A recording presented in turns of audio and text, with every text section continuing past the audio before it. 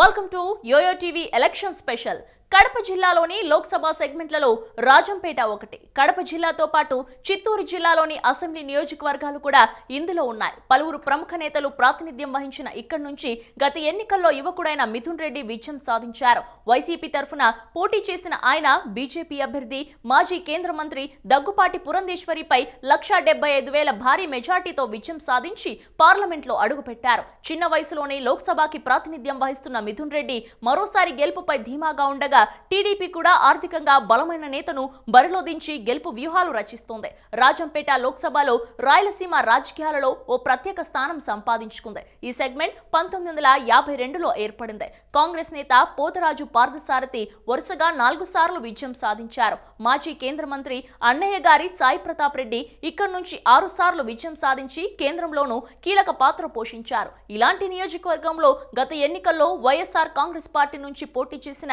పెద్దిరెడ్డి మిథున్ రెడ్డి 2 సార్లు ఎంపీగా గెలిచి కేంద్రంలోనూ పలు పదవులు నిర్వహించిన సీనియర్ నాయకురాలు పురంధేశ్వరిపై గెలిచి లోక్సభలో కాలుమోపారు. 2014లో నెలకొన్న రాజకీయ పరిణామాల నేపథ్యంలో ఆయన సులువుగానే విజయం సాధించారు. అయితే సెగ్మెంట్ ప్రజలకు మాత్రం పెద్దగా ఉపయోగపడటం లేదన్న టాక్ వినిపిస్తోంది. పెద్దిరెడ్డి మిథున్ రెడ్డి రాజకీయ కుటుంబం నుంచి వచ్చారు. గత ఎన్నికల్లో తొలిసారి పోటీ చేసిన ఆయన 2 మాజీ కేంద్ర మంత్రులను ఓడించారు. పేరుకి రాజంపేట కడప జిల్లాలో ఉన్న ఇందులోని 4 అసెంబ్లీ సెగ్మెంట్లు చిత్తూరు జిల్లాలోనే ఉన్నాయి. ముఖ్యమంత్రి సొంత జిల్లాలో ఎంపీగా ఉండటంతో మిథున్ రెడ్డి ప్రత్యేక గుర్తింపు దక్కించుకున్నారు. ఈసారి ఎలాగైనా ఇక్కడ పాగా వేయాలని టీడీపీ తీవ్ర కసరత్తులు చేస్తోంది. రాజంపేట లోక్సభ సెగ్మెంట్లో కడప జిల్లాలోని రాజంపేట, కోడూరు, రాయచోటి అసెంబ్లీ నియోజకవర్గాలతో పాటు చిత్తూరు జిల్లాలోని మదనపల్లె, పీలేరు, పొంగనూరు, పలమనేరు సెగ్మెంట్లు ఉన్నాయి. మొత్తం ఓటర్లు 14,80,000కు పైగానే ఉన్నారు. కడపలో వైసీపీ బలంగా ఉండటం మిథున్ రెడ్డికి కలిసి వస్తుంది. అయితే చిత్తూరు జిల్లాలో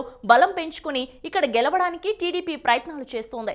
రాయచోటిలో వైసీపీ మెజార్టీ ఖాయమైన మిగతా చోట్ల ఆధిక్యం సాధించి గెలవాలనేది టీడీపీ ఎత్తుగడ. మరోవైపు జనసేన, కాంగ్రెస్, బీజేపీ కూడా ఇక్కడ బరిలో ఉన్నా పెద్దగా పోటీ ఇచ్చే అవకాశం లేదు.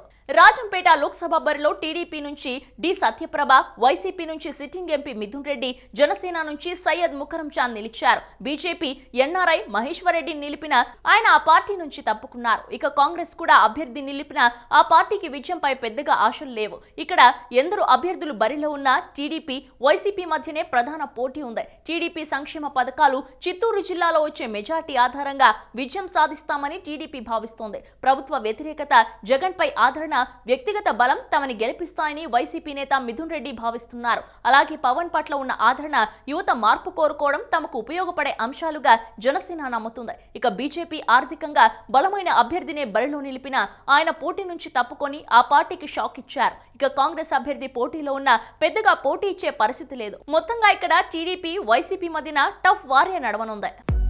హలో, మిమ్మల్నే ఫిలిం సెలబ్రిటీస్ రియల్ స్టోరీస్ ఏంటో తెలుసుకోవాలనుందా? లేటెస్ట్ గా రిలీజ్ అయ్యే మూవీ రివ్యూస్ నేను చెప్తే వినాలనుందా? ఇంకెందుకు ఆలస్యం, యోయో టీవీని సబ్స్క్రైబ్ చేసుకోండి. అలాగే మర్చిపోకుండా యోయో టీవీ యాప్ ని కూడా డౌన్లోడ్ చేసుకోండి.